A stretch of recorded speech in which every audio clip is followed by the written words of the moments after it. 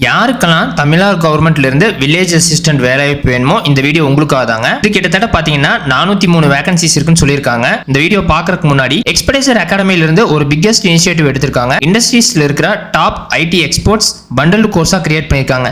யாருக்கெல்லாம் ஐடிக்கு போகணும் இல்ல நாலேஜ் அப்கிரேட் பண்ணணும்னா செக் பண்ணி பாருங்க. பாத்தீங்கன்னா தஞ்சாவூர், திருவையாறு இந்த மாதிரி ஒவ்வொரு பிளேஸா கொடுத்துருக்காங்க. நம்ம வந்து தஞ்சாவூர் செலக்ட் பண்றோம். நீங்க எந்த லொகேஷனோ அதுக்கு தகுந்த மாதிரி நீங்க கிளிக் பண்ணிக்கங்க.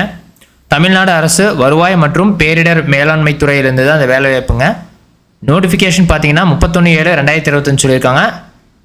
விண்ணப்பங்கள் பெறப்படும் நாள் பார்த்தீங்கன்னா 1/8/2025. சமர்ப்பிக்கும் இறுதி நாள் பார்த்தீங்கன்னா 30/8/2025 5:45 நீங்கள் அனுப்பிச்சுடுன்னு சொல்லியிருக்காங்க. பதவியின் பெயர் பார்த்தீங்கன்னா கிராம உதவியாளர். ஊதிய விகிதம் பார்த்தீங்கன்னா 11,100 35,100 சொல்லியிருக்காங்க. நிரப்பப்படும் காலியிடங்கள் பார்த்தீங்கன்னா 13 வேகன்சிஸ்.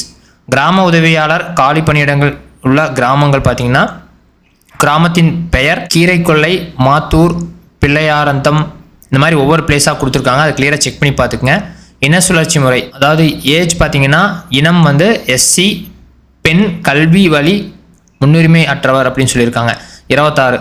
27 பார்த்தீங்கன்னா ஜிடி பொது முன்னுரிமை அற்றவர். எம்பிசி அண்ட் டிஎன்சியில் 28 பிரிவு வந்து பொது முன்னுரிமை. ஜிடியில் 29 பெண் முன்னுரிமை அற்றவர்.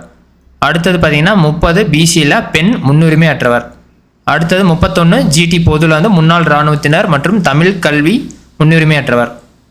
எஸ்சிஏல வந்து பார்த்தீங்கன்னா 32 பொது பிரிவில் முன்னுரிமை அற்றவர். ஸோ இந்த மாதிரி ஒவ்வொன்றா கொடுத்துருக்காங்க. கீழே 12th 1 13th 1 பார்த்தீங்கன்னா கொடுத்துருக்காங்க பாருங்கள். கல்வி தகுதி பார்த்தீங்கன்னா நீங்கள் வந்து 10th ஸ்டாண்டர்ட் படிச்சிருந்தா போதும். தமிழை ஒரு பாடமாக கொண்டு தேர்வு எழுதிப்பட்டிருக்க வேண்டும், அதுதான் சொல்லியிருக்காங்க. வயது வரம்பு பார்த்தீங்கன்னா குறைஞ்சபட்சம் உங்களுக்கு 21 வயசு இருக்கணும். அதிகபட்சம் பார்த்தீங்கன்னா 32 வயசு. இதர பிரிவு நீங்கள் பிசியில் Muslim, MBC, DNC, SC, SCA, ST குறைந்தபட்சம் பார்த்தீங்கன்னா 21 வயசுலேருந்து 37 வயசு வரைக்கும் இருக்கலாம்னு சொல்லியிருக்காங்க. மாற்றுத்திறனாளியாக இருந்தீங்கன்னா உங்களுக்கு 10 ஆண்டுகள் கூடுதல் தளர்வு வழங்கப்படும் சொல்லியிருக்காங்க.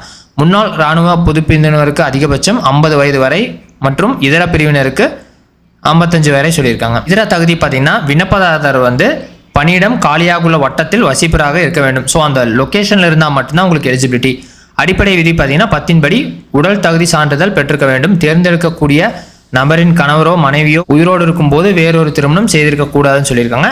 உங்களுக்கு அது போக மிதிவண்டி, இருசக்கர வாகனம் ஓட்ட தெரிந்திருக்க வேண்டும். விண்ணப்பிக்கும் முறை வந்து பார்த்தீங்கன்னா tanjavur.nic.in அப்படிங்கிற வெப்சைட் இருக்குது. அதில் போயிட்டு உங்களுக்கு ஒரு அப்ளிகேஷன் ஃபார்ம் வரும். அதை எடுத்து எல்லாமே ஃபில் பண்ணிக்கோங்க. அதற்கு பின்னர் கிடைக்கப்பெறும் விண்ணப்பங்களை எக்காரணம் கொண்டும் ஏற்றுக்கொள்ளப்பட மாட்டாது. ஸோ தமிழ்நாடு கிராம உதவிய பணி அமைப்பு விதிகளின்படி தகுதியான விண்ணப்பங்கள் பரிசீலிக்கப்பட்டு தகுதியான விண்ணப்பதாரர்கள் நேர்காணலுக்கு அழைக்கப்படுவார்கள் என தெரிவிக்கப்பட்டுள்ளதுன்னு சொல்லியிருக்காங்க. எனவே இந்த மாதிரி சூப்பரான ஜாப் தெரிஞ்சுக்கணும் மறக்காம எங்களோட எக்ஸ்பர்டைஸ் ஜாப் சப்ஸ்கிரைப் பண்ணிக்கங்க. நன்றி.